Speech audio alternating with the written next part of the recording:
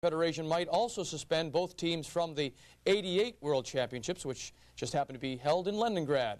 They'll make that decision at their April meetings in Vienna.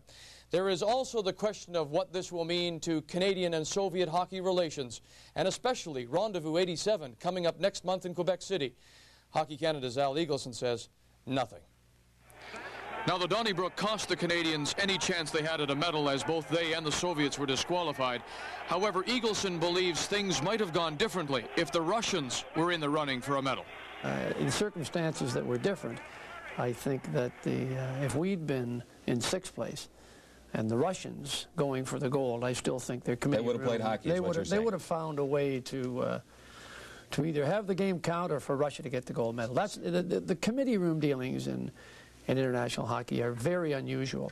The decision on that game today would have been made by 8 people, plus Sabetsky, the president. The 8 people each represent their country, so that Sweden is in there. Now, how are they going to vote? They've got a chance to get a medal if Canada's out. Despite that, however, Eagleson feels that the committee had no other choice but to disqualify both teams. The fact is that our players went on the ice. The fact is that they were involved in fights, and under international hockey rules, if you throw a punch, you're out of the game. And they didn't have enough players to finish the game. I think Sabetsky had no other choice within the rules.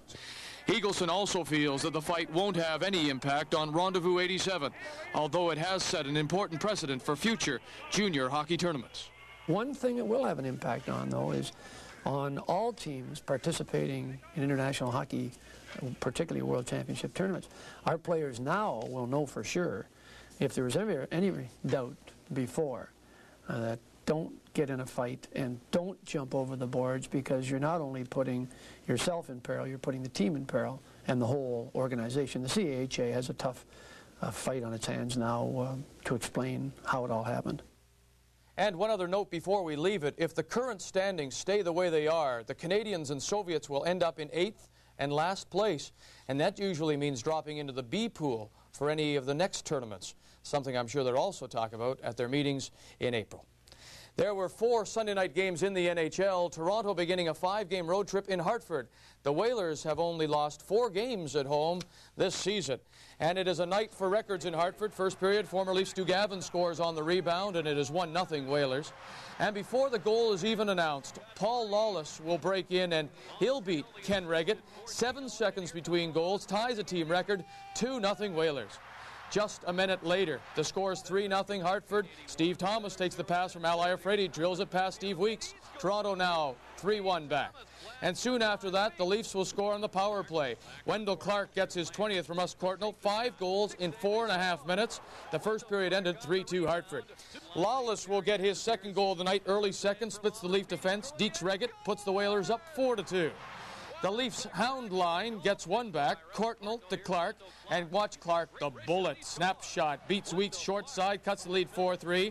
Whalers, though, took control after that. Lawless, a big night, makes the nice pass to Samuelson, scores his first of the year. Hartford wins at 8-3. Lawless, club record 6 points in a single game.